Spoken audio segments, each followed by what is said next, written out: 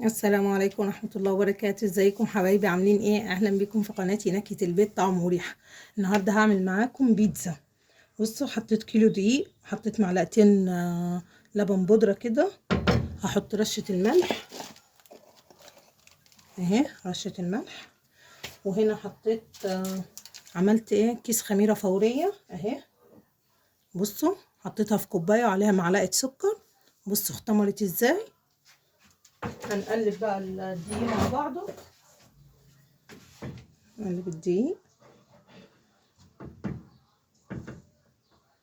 اهو، تقلب كويس كده. انا حطيت كيلو دقيق ومعلقتين لبن بودره ورشه الملح، وعملت الكيس خميره فوريه اهي. اختمرت معانا. هنعجن بيها وميه دافيه، ونجيب طبق ميه دافيه كده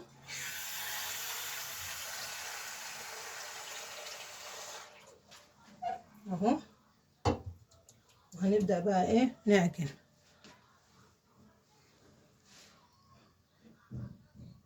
ونحط الخميره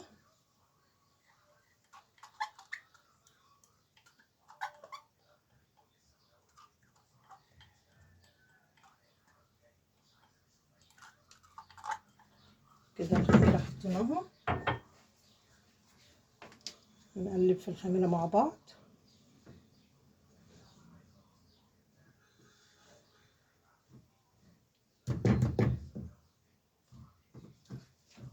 هنبدا نعجن بقى. زودي بالشويه ميه لحد ما تشوفي الدقيق هياخد تاني ولا لا.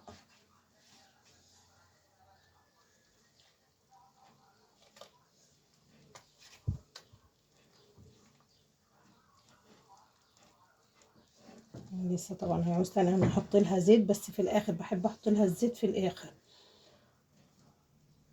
عندك زبادي ماشي، عندك عايزه تعجني بشويه لبن على ميه ماشي. هي هتعوز ميه تاني.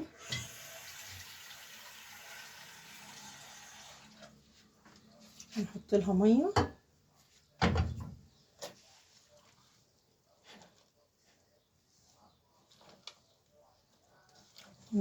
بس هقلب شويه لحد ما الميه دي يتشرب في الميه كده، وبعد كده هعجن بايدي.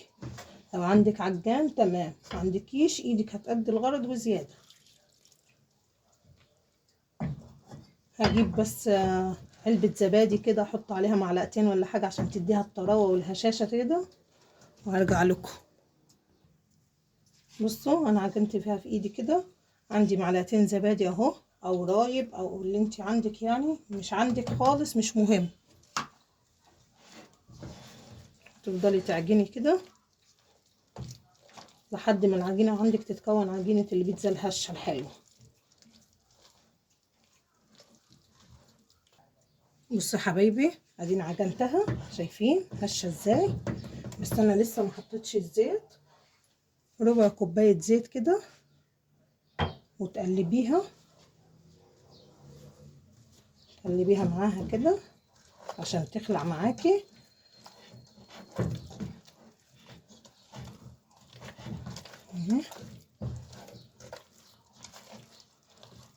شايفه العجينه عامله ازاي، تطلع معاكي تحفه. يبقى كيلو دقيق، معلقتين لبن بودره، علبه زبادي. عندك زبادي ماشي، ما عندكيش خلاص. رشه الملح، وكيس خميره فوريه. تختبري الخميره الاول، وبعد كده تروحي حطاها على كيلو الدقيق. بصي، تقلبي تقلبي كده فيهم، تعجني.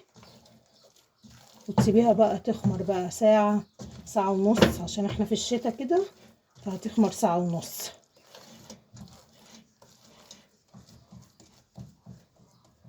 بصي، ادي هي الخميره، ادي هي العجينه. شايفين؟ هغطيها بقى بغطا او بكيس او بستريتش، اي حاجه المهم تتغطى عشان ايه، تخمر بقى معاكي كويس. وبعد كده هنحضر ايه، الحشوه. حشوتك بقى زي ما انت عايزه. عايزه فراخ ماشي، لحمه ماشي، ميكس جبن ماشي، اللي يريحك. انا لسه هعصج اللحمه، طبعا عصجناها كتير مع بعض. هعصج اللحمه وهجهز الحشوات بتاعتي لحد ما هي ايه، تخمر كده معانا.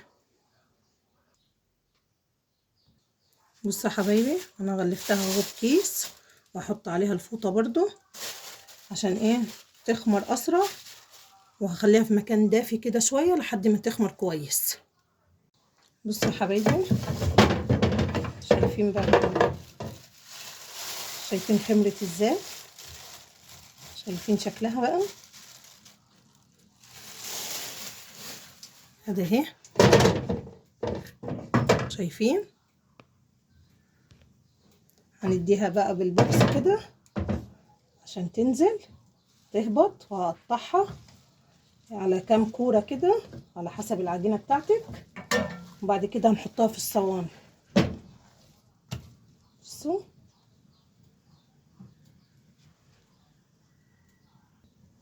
شوف يا حبايبي شكلها عامل ازاي، اتخمرت معانا وبقى شكلها تحفة. هنقطعها بقى على كام كورة كده. بصوا وانا جهزت معاكم الحشوة اهي، جهزت تعصيج اللحمة عشان هعملها بلحمة النهاردة، وعملت كمان الصلصة بتاعتها. شايفين عملت معلقة توم والتوابل بتاعتنا، وبعد كده رحت حاطة عليها، كنت ضاربة طماطم في الخلاط، عصرة طماطم في الخلاط، ورحت حاطة عليهم وخليتهم على النار لحد ما يتقلوا مع بعض. دي الصلصة بتاعتنا، وهنحط عليها كمان معلقة كاتشب قبل ما نحطها في على البيتزا، يعني هنحط معلقة كاتشب وهنحط كمان معلقة صلصة. وهنا هنعمل ايه، هنقطع بقى دي الكور اهي. بصوا كل ما اسيبها شويه تخمر لوحديها اهي، شايفين هشه ازاي. هنقطع بقى كده على حسب الكور اللي انت عايزاها، حجم الصينيه يعني اهي، شايفين. وهنحطها بقى على الصينيه، وهقطع بقيه الكميه، وبعد كده هسيبها ترتاح شويه واحطها على افردها في الصواني. بصوا يا حبايبي انا قطعتهم وسبتهم يرتاحوا كده لحد ما جهزت ايه الصواني بتاعتي اهي. دهنتها زيت وحطيت عليها رشه دقيق كده عشان ما تلزقش. هاخد كده بالقطه بالواحده.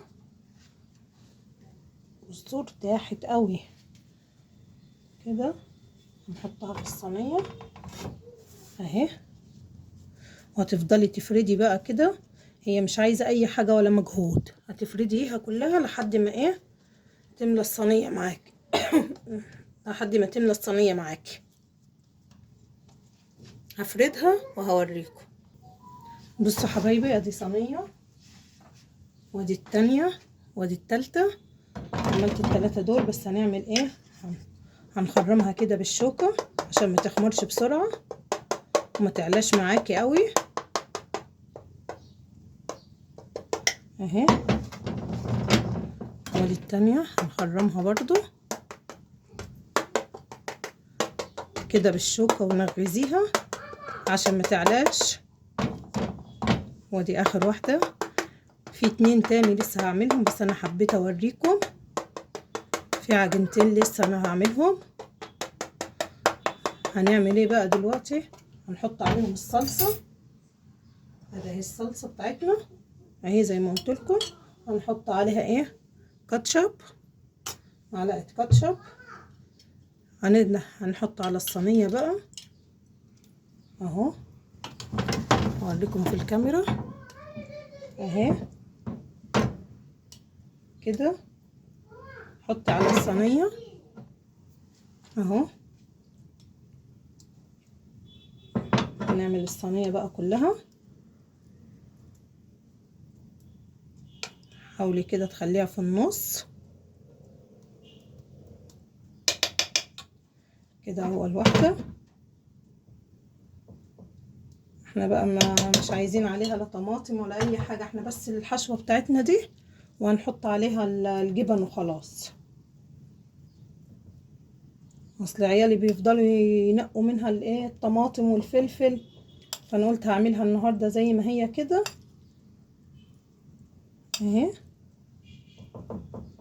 عشان ما يفضلوش ينقوا فيها ياكلوا على طول. وخلي الحشوة في النص كده عشان ما تطلعش على الاطراف وتتحرق مننا. بصي ونزود عليها بقى جبنة موتزاريلا طبعا بدون الشد، وتمط بقى معانا اهي. انا مسخنه الفرن قوي عشان احط فيها البيتزا، عايزه فرن سخنه اهو. البيتزا عايزه فرن سخنه.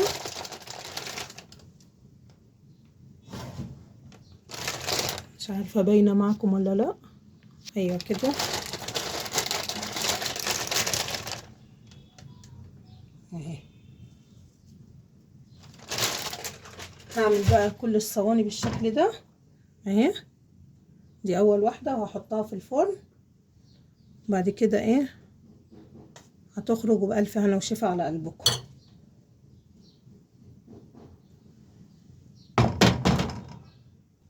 بصوا حبايبي انا عملت كلهم اهو اهي، شايفين؟ في واحده كمان اهي. هدخلهم بقى الفرن. الفرن بتبقى سخنه قوي، وتحطيهم على الصاجه من تحت، وبعد كده ايه تتهدي عليهم، وما تفتحيش الشوايه غير اخر 5 دقايق لما البيتزا تستوي على الاخر، عشان بس تتسيح الجبنه. وده اهو، وبألف هنا وشفا وألف هنا وشفا على قلبكم. شايفين البيتزا هي خرجت ادي اهي. ادي اهي البيتزا كمان اللي عملناهم سوا مع بعض اهو. شايفين شكلها؟